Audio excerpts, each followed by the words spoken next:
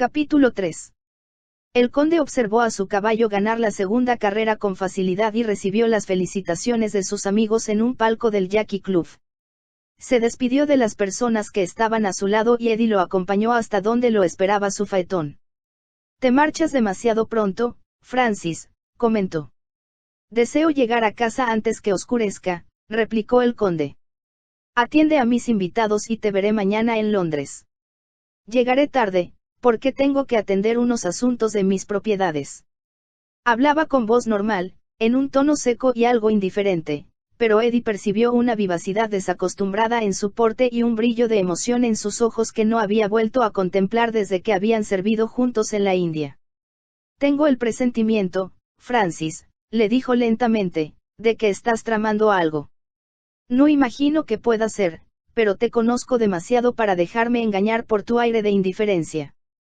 Se preguntó, mientras pronunciaba estas palabras, si se trataría de una nueva conquista. Eddie había advertido que el conde empezaba a aburrirse de la esposa del político, pero no conocía a nadie que pudiera tomar su lugar tan pronto. El conde no respondió a la insinuación y se limitó a sonreír enigmáticamente al contestar.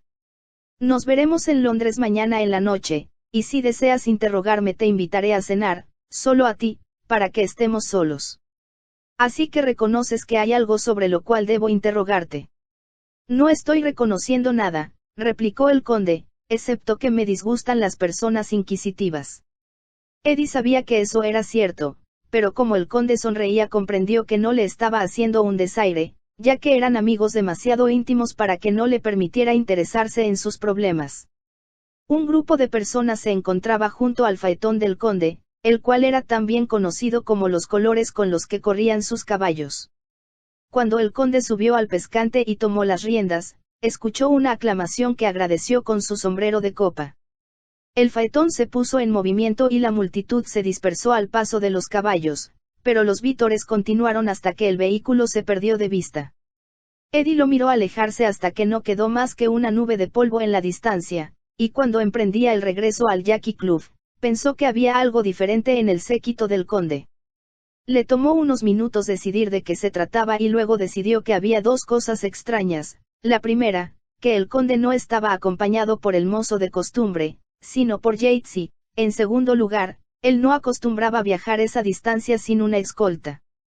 Tal vez la escolta se les una al pasar por la casa, se dijo, pero luego recordó que el conde había dicho esa mañana que, después de las carreras, partiría directamente a su mansión en Hertfordshire y no regresaría a la casa de Newmarket. «Qué extraño», pensó Eddie y estuvo más seguro que nunca de que su amigo tramaba algo. El conde se alejó a toda velocidad de las pistas de carreras y tomó el camino principal y entonces le dijo a Yates, quien estaba sentado a su lado. «¿En dónde nos detendremos?» «Junto a esos árboles, como a unos 50 metros de aquí, milord. Si su señoría conduce el carruaje hasta situarse entre los árboles, quedaremos ocultos a la vista de quienes transiten por el camino». Un momento después, el conde divisó los árboles y condujo sus caballos a paso lento por una brecha para carretas, hasta llegar a un claro en medio de los árboles, formado por los leñadores. Cuando el faetón se detuvo, Yates saltó a tierra y buscó entre los árboles algo que había escondido esa mañana temprano y unos segundos después regresó trayendo una gran cesta de mimbre. Era la clase de cesta que usaban los labriegos en sus casas para poner las frutas y vegetales, las cuales no eran tan grandes como la que Yates llevaba en brazos, pero él, con gran habilidad, había unido varias, hasta obtener una del tamaño de un ataúd pequeño. Cuando llegó al faetón, el conde se inclinó para ayudarlo a colocar la cesta en el suelo, a sus pies. Entre los dos, la amarraron con destreza, de modo que no pudiera moverse a pesar de los vaivenes del coche y, cuando terminaron, el conde levantó el velo de muselina color crema que cubría el rostro de Caroline. Todavía estaba inconsciente, como cuando la había recogido de las caballerizas de su tío para llevarla a su propia casa. La joven respiraba ahora normalmente, aunque estaba dormida debido a las hierbas que Yates le había suministrado. El valet poseía un amplio conocimiento acerca de las hierbas medicinales, el cual había adquirido de su madre, quien era considerada como una bruja blanca, debido a que podía curar las enfermedades de la región mejor que cualquier doctor. Durante la primera noche que pasó en casa del conde, Caroline respiraba con mucha dificultad y cuando él fue a verla, a la mañana siguiente, temió que hubiera muerto de la golpiza que le había proporcionado su tío. Pero Yates ya había hecho gala de sus habilidades para hacerla mejorar. El conde había ordenado que nadie más en la casa debía conocer la presencia de Caroline. No se preocupe, milord, había contestado Yates. He comentado con los sirvientes que estoy limpiando los armarios de su señoría. Por consiguiente, no les parecerá extraño que permanezca arriba mucho tiempo. En caso de que el conde no estuviera completamente convencido, había agregado.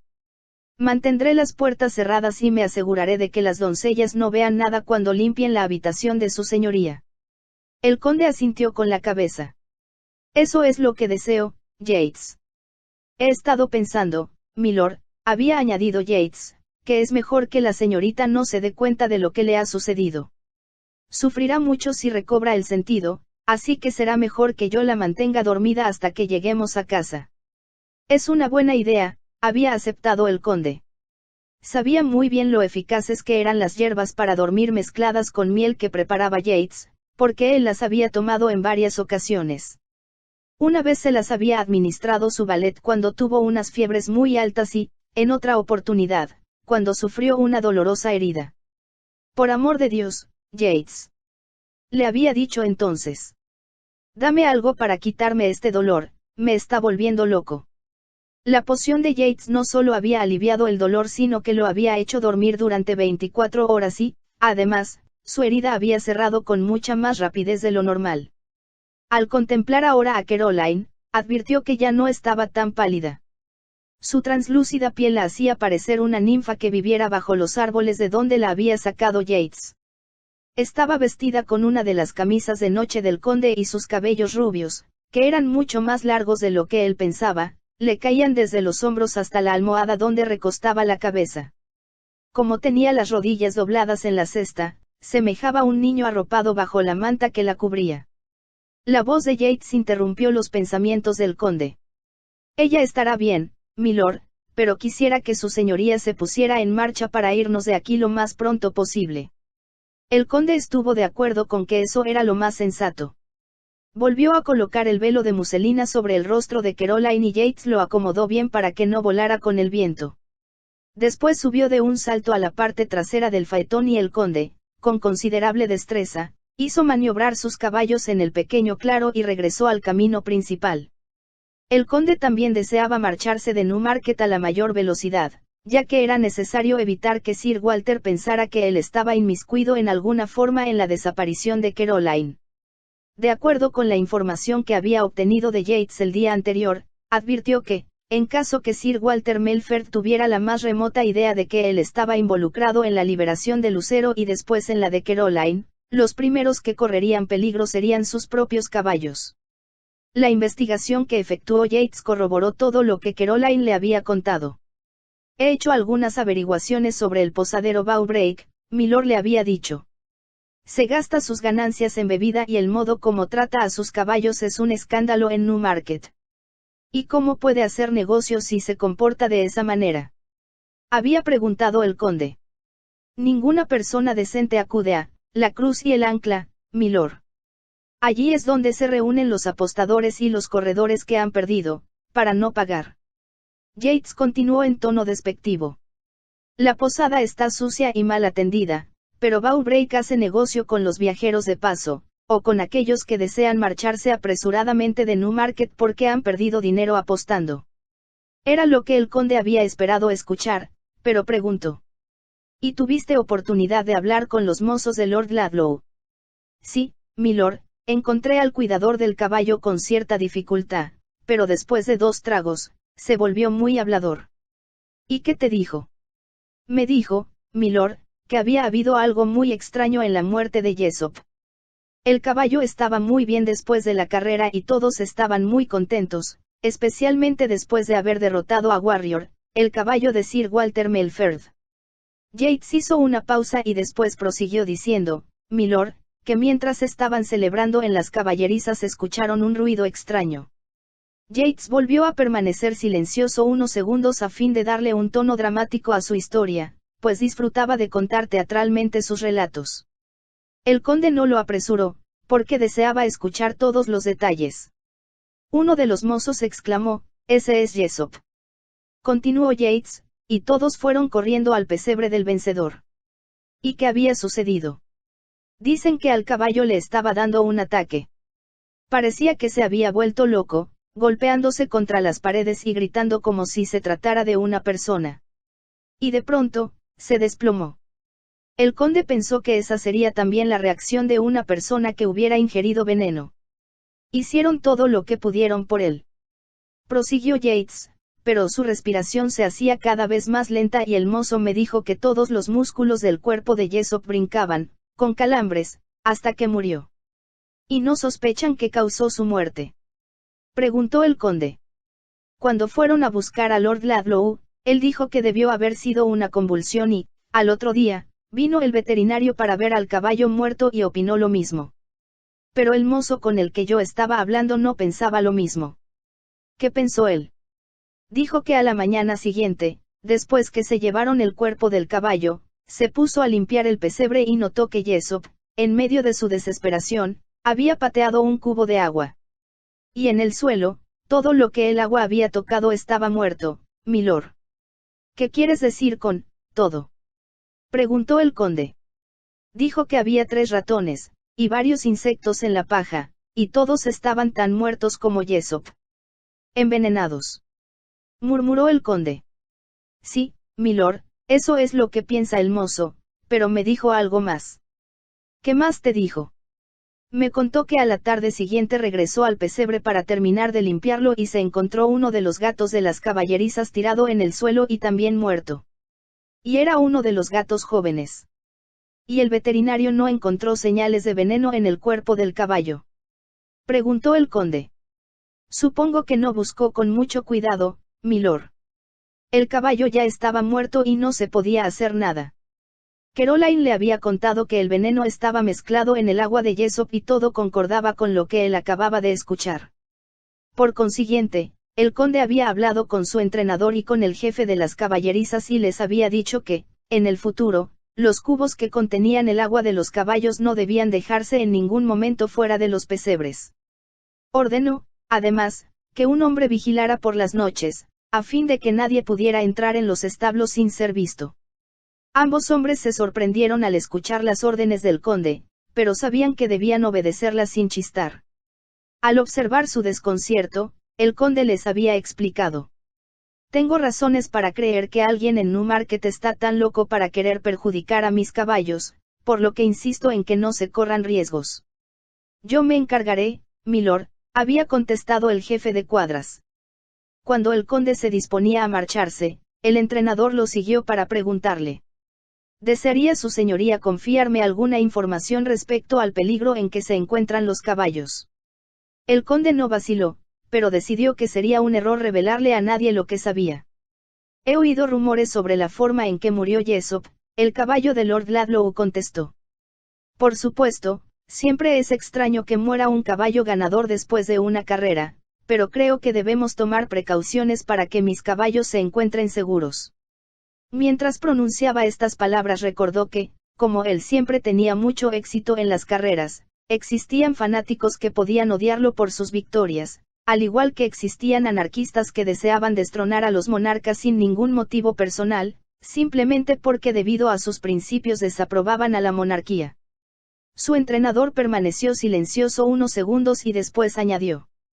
Comprendo lo que quiere decir, milord. Pero quisiera confesarle que me desilusionó un poco que no comprara nada ayer en la subasta de Sir Walter Melford. Esperaba que obtuviera a Rascal, o a Mandrake. El conde, que ya esperaba esta pregunta, había respondido. Cuando vi los caballos más de cerca, no me impresionaron tanto como había pensado. Pero no te sientas desilusionado. Habrá otra subasta en Tattersall dentro de 2 semanas y tengo entendido que ofrecerán animales excepcionales que me gustaría añadir a mis caballerizas. El entrenador sonrió. Esas son buenas noticias, milord. Muy buenas noticias. El conde se había marchado sabiendo que lo dejaba contento. Pero, al mismo tiempo, le preocupaba que Melford pudiera atentar contra sus caballos de la misma forma en que lo había hecho con Jessop. Sabía que había sido un duro golpe para Lord Ludlow, quien no tenía suficientes medios para añadir más ejemplares a sus cuadras, disminuidas con la muerte de Jessop. Se dijo que trataría de ayudarlo de algún modo, pero, por el momento, no pudo pensar en otra cosa que no pareciera una humillante obra de caridad. Mientras conducía a una velocidad que era la envidia de todos los vehículos que rebasaba, el conde tuvo el presentimiento de que, al arrancar, primero a Lucero y después a Caroline, de las garras de Sir Walter, había desatado una guerra cuyos resultados no podía prever. De acuerdo con lo que había escuchado decir acerca de Sir Walter Melford, este no aceptaría una afrenta semejante cruzado de brazos. Sin lugar a dudas, trataría por todos los medios a su alcance de descubrir quién había secuestrado a su sobrina y a su caballo, y el conde pensó que podría producirse un problema legal ya que, después de todo, él era el tutor de Caroline. Pero como el escándalo que causaría la divulgación de su comportamiento lo destruiría socialmente si llevaba el caso a los tribunales, Sir Walter tendría que pensar en otros medios para satisfacer su deseo de venganza. Atacaría en secreto, utilizando veneno o cualquier otra arma que se le ocurriera. Mientras el conde conducía teniendo a Caroline tendida a sus pies, no podía evitar recordar la espalda sangrante de la joven. Se dijo que solo un demente podía portarse de esa manera con una mujer y mucho menos con alguien tan delicado como Caroline, que apenas era un poco mayor que una niña.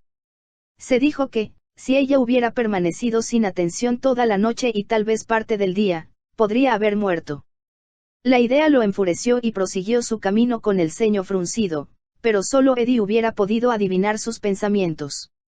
El conde llegó hasta las impresionantes rejas de su propiedad en un tiempo más corto que el acostumbrado.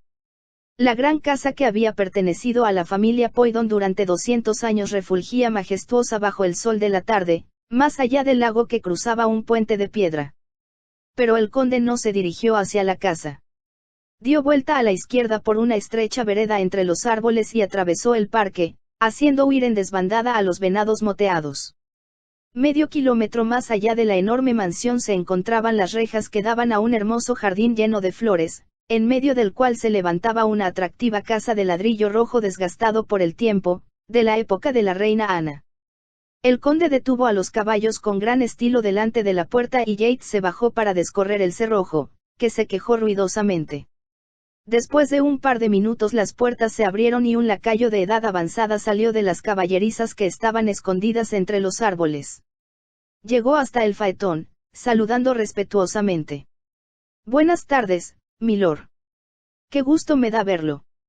«No me quedaré aquí, Cabler», replicó el conde, «pero sujeta los caballos mientras Yates y yo llevamos adentro algo que hemos traído para milady». «Sí, milord». El conde sujetó las riendas en la barra del pescante, y cuando la puerta de la casa se abrió él y Yates bajaron con mucho cuidado a Caroline del faetón y la llevaron hasta el vestíbulo. Un mayordomo de cabellos blancos, que estaba un poco sordo, saludó al conde, quien le dijo: «Dile a tu esposa, Dorkens, que quiero hablar con ella en el dormitorio azul». Mi esposa, milord». «Sí, Dorkens, tu esposa», repitió el conde alzando la voz. El mayordomo salió presuroso a cumplir el encargo mientras Yates y el conde subieron la cesta donde yacía Caroline por la escalera de madera labrada. Llegaron al primer piso. Había habitaciones a cada lado del largo corredor, pero prosiguieron su camino. El dormitorio azul estaba situado hasta el final y sus ventanas se abrían hacia el jardín y al parque que habían atravesado para llegar. Era una habitación muy agradable y el conde pensó que cualquier mujer apreciaría el azul intenso de los cortinajes y los paneles blancos que habían decorado las paredes desde que se construyó la casa. Él y Yates colocaron la cesta junto a la cama y, ahora que habían llegado al final de su jornada, el conde se inclinó para retirar el velo de muselina que cubría el rostro de Caroline. Ella no se había movido desde que partieron de Newmarket y, como estaba tan quieta, el conde se preguntó si el viaje no habría sido demasiado cansado para ella.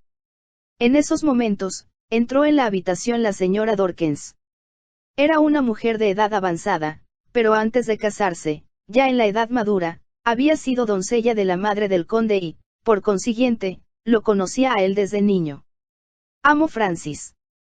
exclamó la señora Dorkins, pero luego, apresuradamente, corrigió su error, haciendo una reverencia al decir. Quiero decir, milord. Necesito tu ayuda, Hannah. Mi ayuda, milord. Sus ojos se posaron instintivamente en la cesta que estaba sobre el suelo y fue hacia ella, exclamando. ¿Qué tiene usted aquí, milord? Alguien que necesita que la cuides para recuperar la salud, replicó el conde.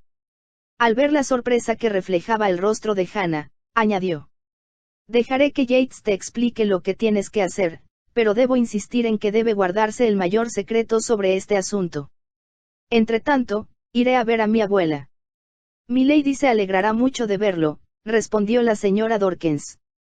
Precisamente estaba diciendo esta mañana que hacía mucho tiempo que no nos visitaba.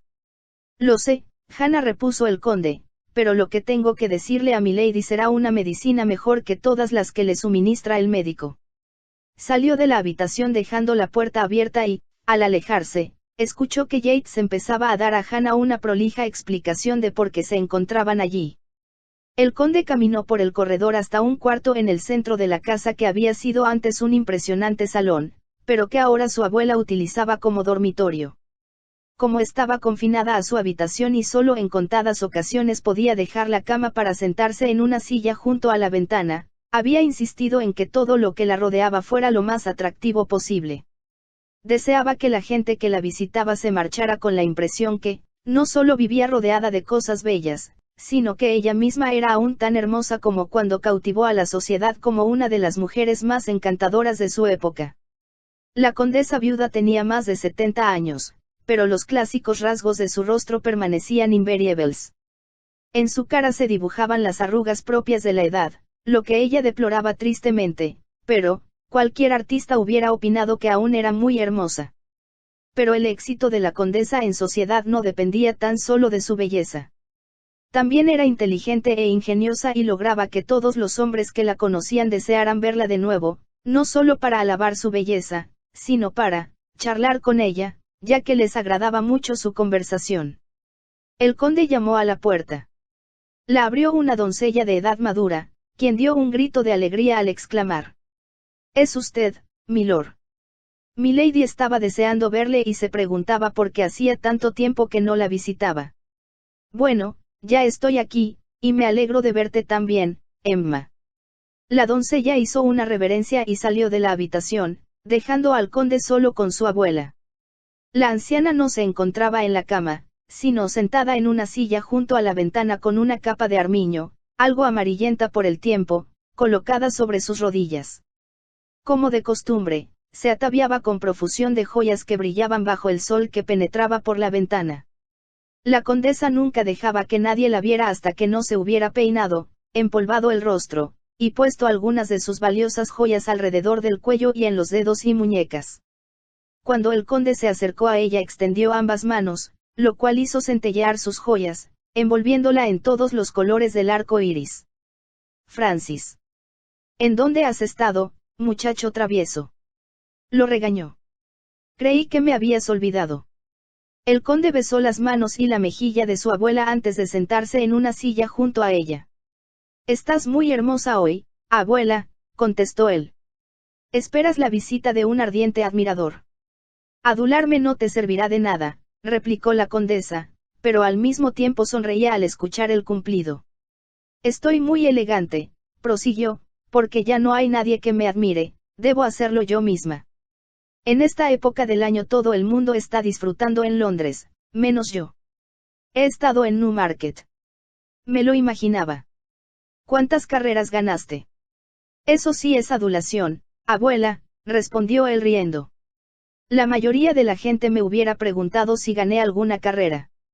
«No hables con falsa modestia», repuso la condesa con aspereza. «Sabes tan bien como yo que siempre ganas, y seguirás ganando. Ya hasta resulta aburrido leer el diario de las carreras». Miró hacia los periódicos que estaban sobre un taburete junto a ella. El conde no se sorprendió al ver entre ellos algunos periódicos de deportes que por lo general solo leían los hombres y que nunca había visto en el salón de ninguna dama, excepto su abuela. «Como sin duda habrás leído qué carreras gané ayer», replicó, Solo necesito decirte que entré primero en la meta en el clásico de Sefton con el único caballo que inscribí hoy. Muy bien. Y como ya estás aquí, debes haber partido de Newmarket sin ver las últimas 3 carreras. Me marché antes por una razón especial. Bajó la voz al pronunciar estas palabras y la condesa lo miró inquisitiva. En ese momento se abrió la puerta y entró el mayordomo, seguido de un lacayo que llevaba una bandeja que contenía un cubo de hielo con una botella de champaña, 2 copas y una fuente con delgados emparedados de paté. El conde y la duquesa permanecieron silenciosos mientras el sirviente colocaba la bandeja en una mesita junto a ellos, y cuando éste se disponía a servir la champaña, el conde indicó: «Yo la serviré, Dorkens». «Está bien, milord». Los sirvientes salieron de la habitación y el conde llenó ambas copas hasta la mitad y le alargó una a su abuela. «Sabes que no debo beber una gota de alcohol», comentó la condesa. «Lo necesitarás cuando escuches lo que tengo que decirte. Desde que entraste en esta habitación, pensé que tenías algo emocionante que comunicarme. Por lo menos, espero que sea emocionante. No tienes idea, Francis, de lo aburrida que estoy aquí sentada, sin nadie con quien hablar más que los sirvientes y pensando en todas las cosas que ya no puedo disfrutar debido a mi edad. Disfrutarás lo que tengo que contarte, sobre todo cuando te diga que he traído conmigo una joven cuya presencia debe ser un secreto absoluto, excepto para aquellos sirvientes como Hannah, en quien podemos confiar por completo». La condesa le dirigió una mirada de incredulidad al preguntar: «¿Una joven? ¿Vas a decirme que ya terminaste con la pelirroja húngara?» El conde echó la cabeza hacia atrás y lanzó una carcajada. «Siempre serás la misma, abuela. Me dices que estás aburrida sin tener a nadie con quien hablar y la verdad es que no sucede nada en Londres que tú no sepas. Nunca ha habido nadie tan bien informada como tú.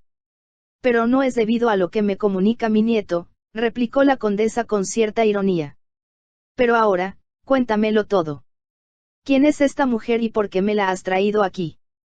«Porque la he secuestrado y, a decir verdad, estoy un poco nervioso acerca de las consecuencias». Los ojos de él brillaron y, si tenía la intención de desconcertar a su abuela, lo consiguió. La condesa estudió su rostro, como si pensara que se estaba burlando de ella y después, con una ansiedad que la hacía parecer mucho más joven, dijo: «Cuéntame lo que has hecho y no omitas ni un solo detalle». 20 minutos después, acompañado por Yates, el conde partió de la casa de la condesa viuda y ambos tomaron de nuevo el sendero por donde habían venido.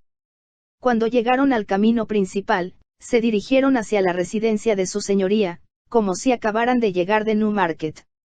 No había ninguna razón por la que el conde no podía visitar a su abuela antes de regresar a casa, pero, al mismo tiempo, esperaba que nadie hubiera visto el faetón moverse detrás del grueso follaje de los árboles del parque o advertido que él y Yates llevaban algo en una gran cesta. Cuando llegaron a la enorme mansión, el mayordomo se mostró sorprendido de que el conde llegara tan temprano.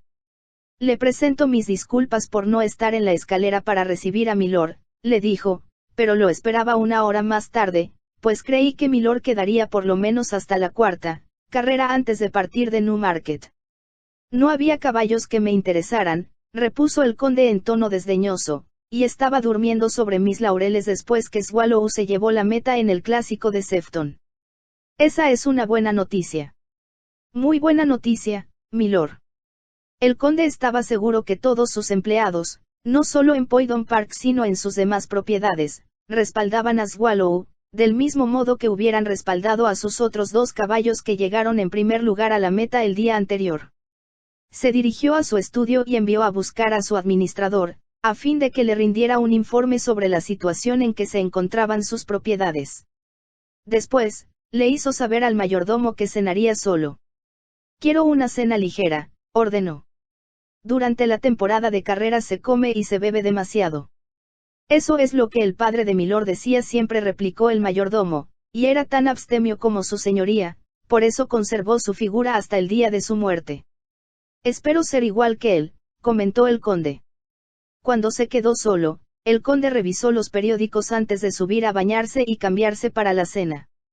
No había hablado con Yates cuando se dirigían a la mansión, pero ahora, mientras su valet lo ayudaba a ponerse la ropa de etiqueta, que le quedaba aún mejor que la de calle, preguntó. ¿Le explicaste a la señora Dorkins lo que tenía que hacer? Sí, su señoría. Tiene mucha experiencia en curar heridas. Estaba recordando cómo cuidó a Milord una vez que se cayó cuando cazaba y también en otra ocasión, cuando se cayó de un árbol sobre los cardos y se espinó todo. Nunca se me olvidará cómo se me clavaron esas espinas. Pero siempre fui muy fuerte, aun de niño. En cambio, la señorita Melford parece una criatura muy frágil. Espero que sea más fuerte de lo que parece, milord, y tengo una crema especial para curarle las heridas, que le prometí a la señora Dorkins. Su señoría irá a casa de la señora condesa esta noche, o mañana por la mañana. Creo que sería mejor que fuera mañana, antes de regresar a Londres. Es muy importante que nadie nos relacione, ni a ti ni a mí, con la huésped de la condesa. Ya lo sé, milord. Espero que hayas insistido con la señora Dorkins que es muy importante que nadie fuera de la casa sepa que ella está aquí. Es absolutamente esencial que todos ignoren que existe siquiera. Eso será difícil, milord, respondió. En el campo, los sirvientes chismean mucho más que en Londres, o hasta en Newmarket. Lo comprendo, pero las murmuraciones pueden ser peligrosas, como bien sabemos.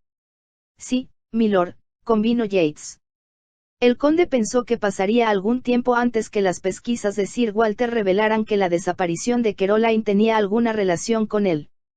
Y sin embargo, nunca podía saberse. Había tantas posibilidades de que las cosas se supieran antes que estuvieran preparados. El conde repasó la situación, estudiándola como lo había hecho en todas las campañas que había emprendido durante la guerra en India, o con los revolucionarios en Francia, quienes, después de haber obtenido el poder, se comportaron con tanta crueldad como Sir Walter Melford. Se durmió pensando en todas las posibilidades y en cómo hacerles frente en caso de que se presentaran y, al despertar, siguió haciendo planes, ejercitando su cerebro como no lo había hecho en mucho tiempo. Tomó un desayuno ligero y salió a cabalgar solo. Nadie reparó en él cuando, después de salir de su mansión en dirección opuesta, dio un rodeo a través de campos desiertos, regresando por una parte aislada del bosque para visitar a su abuela. No había ningún sirviente esperándolo en la puerta y el conde, después de dejar su caballo en las caballerizas, entró en la casa por una puerta lateral. Subió por la escalera, pero no hizo ningún intento de visitar a su abuela, sabiendo que no querría recibirlo en la mañana tan temprano antes de aplicarse sus cosméticos o sacado sus joyas de los estuches de cuero ya gastados por los años. Caminó hasta el final del corredor y llamó a la puerta del dormitorio azul, abriéndola antes que Hannah pudiera hacerlo. La sirvienta le hizo una reverencia y dijo con voz ansiosa: «Qué alegría verlo, milord. Esperaba que viniera a vernos. La señorita está despierta, y como milord comprenderá, un poco desconcertada por lo que le ha sucedido». El conde no contestó y se dirigió hacia la cama. Los tempranos rayos del sol que penetraban por la ventana iluminaban la habitación con su luz dorada. Vio dos grandes ojos que lo miraban y descubrió que el pequeño rostro puntiagudo de Caroline estaba coronado por unos espesos cabellos que eran del mismo color que los primeros rayos del sol. Hannah se retiró y el conde extendió la mano. «Buenos días, Caroline. ¿Cómo se siente? Está usted aquí, en realidad. Y es cierto, lo que esa bondadosa persona me ha dicho. Que he estado dormida, durante 3 días». El conde le tomó la mano y se sentó en la cama junto a ella. «¿Recuerda lo que sucedió? Tío Walter. Sabe, que estoy aquí. No tiene la menor idea. Y Lucero, ¿está seguro? Lucero está seguro. Pero recordará que me pidió que le cambiara de nombre. No existe un caballo llamado Lucero, pero hay un nuevo animal en mis caballerizas que ha sido registrado con el nombre de Victoria Alada. Y también creo que le costará trabajo reconocerlo cuando lo vea». Caroline le dirigió una mirada interrogante y él explicó: «Pensé que sería sensato, antes de sacar a Victoria Alada de Newmarket, teñirle cierta mancha en la nariz, para que quedara todo negro». Caroline lanzó un pequeño grito y apretó instintivamente la mano del conde. Fue una idea muy astuta. Pero, ¿cree que ahora está seguro? Completamente. Y debemos asegurarnos de que usted también lo esté. Tío Walter, estaba furioso. Se siente con fuerzas para contarme lo que ocurrió. Cuando bajé a desayunar, muy temprano, porque era el día de la subasta, alguien le acababa de decir que Lucero había desaparecido. Enseguida adivinó que yo era la responsable, y me arrastró hasta las caballerizas, al cubículo de Lucero, para preguntarme dónde estaba. Se lo dijo. Eso es algo que no hubiera hecho nunca. No solo para salvar a Lucero, sino para protegerlo a usted, que había sido tan bondadoso conmigo. ¿Y qué hizo entonces su tío? Me golpeó, porque rehusé contestarle, y volvió a golpearme, pero no le dije nada. La voz de Caroline se quebró y, después de un momento, continuó haciendo un esfuerzo, con voz apenas audible. Cuando comprendió que no le diría nada, me amordazó y después me azotó, hasta que perdí el sentido. El conde pensó que eso había sido misericordioso y, mientras escuchaba las palabras de Caroline, le apretó instintivamente los dedos. Cuando ella lanzó una exclamación de dolor, él se percató de que le había oprimido la mano hasta dejarla descolorida. Perdóneme. Pero me cuesta trabajo creer que un hombre pueda tratar a una mujer de una forma tan inhumana. ¿Cómo me encontró? El conde le contó que le había llamado la atención ver un pesebre cerrada con llave y cubierto con mantas de caballo y que, cuando se detuvo al ver el nombre de Lucero inscrito en la puerta, había escuchado un leve gemido. Y tuve que regresar a investigar, añadió simplemente. Y me sacó usted de allí. Me la llevé de allí, sin que, al parecer, nadie se diera cuenta. Pero no debemos correr riesgos. Primero, debe ponerse bien y después decidiremos a qué lugar puede marcharse para que no la encuentre su tío. ¿Cree que mi tío me encontrará aquí? Siempre existe esa posibilidad. Por eso, solo la verán los sirvientes que han estado en esta casa por muchos años y me conocen desde que yo tenía su edad, o aún desde antes. Es usted, tan bondadoso, tan gentil, no quisiera, que tuviera ninguna dificultad, por mi culpa. Sé cuidarme, contestó el conde. La dificultad estriba en encontrar la mejor manera de cuidarla a usted. Y a Victoria Alada. Y por supuesto, a Victoria Alada. Desearía verlo, cuando me encuentre mejor. Tan pronto como esté más fuerte, le prometo que lo traeré hasta aquí, repuso el conde, y podrá preguntarle por sí misma si se encuentra cómodo. Cuando lo traiga, haré que le dé las gracias. Estaré esperando ese momento, contestó sonriendo el conde, pero ahora debe poner toda su voluntad para aliviarse lo más pronto posible. Partiré para Londres, pero regresaré muy pronto a verla. ¿Me lo promete? Todos aquí han sido muy amables, pero usted, es diferente. ¿Diferente en qué sentido? Ha sido tan bondadoso con Lucero y conmigo que... Me agrada serlo. Pero debe obedecer mis órdenes y mantener en secreto nuestra amistad. En secreto, murmuró Caroline, un secreto muy preciado porque Milord es muy bondadoso. El conde se puso de pie y, sosteniendo aún su mano, la contempló durante unos instantes. Cuídese, dijo, para que sane pronto. Su vida será muy diferente en el futuro de lo que ha sido con su tío. Los finos dedos temblaron contra los dedos del conde, y a fin de darle confianza él le besó la mano. El conde, pensando que su piel era muy suave, como la de un niño, le sonrió y, sin añadir palabra, salió de la habitación.